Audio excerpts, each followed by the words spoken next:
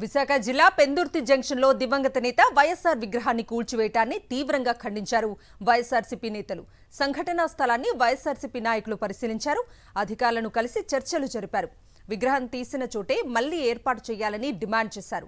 వైఎస్ఆర్సీపీ నేతల రాకతో పోలీసులు ఎటువంటి సంఘటనలు జరగకుండా భారీ బందోబస్తును ఏర్పాటు చేశారు.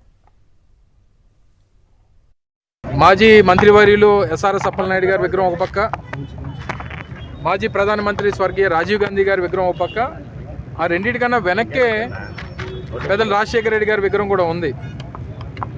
అయినా అసలు రోడ్ అలైన్మెంట్ అయినప్పుడు నేను అధికారులు కూడా కోరుతా ఉన్నా, రోడ్ అలైన్మెంట్స్ ఎలా ఉంటాయంటే ఎప్పుడన్నా హైవే కానీ, నేషనల్ హైవే కానీ, స్టేట్ హైవే కానీ, లేదా లోకల్ మున్సిపాలిటీకి సంబంధించినటువంటి మున్సిపల్ కార్పొరేషన్కి సంబంధించినటువంటి రోడ్స్ ఉన్నప్పుడు మాస్టర్ ప్లాన్ ప్రకారం 15 మీటర్లు, 30 మీటర్లు, 40 మీటర్లు, 50 మీటర్లు ఉంటాయి తప్ప ఇక్కడ మేయర్ ఉన్నాడనో లేదా ఇక్కడ స్థానికంగా ఉన్నటువంటి కూటమికి సంబంధించినటువంటి శాసనసభ్యులు ఉన్నారనో మాకు నచ్చినటువంటి విధంగా ఇక్కడ అలైన్మెంట్లు ఉంటాయనంటే అది కుదరదు.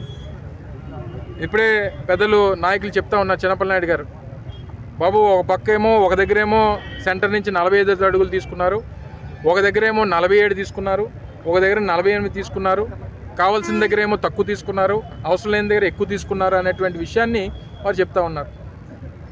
ఇది అది పద్ధతి కాదు, ప్రొసీజర్ కాదు, చట్టం కాదు.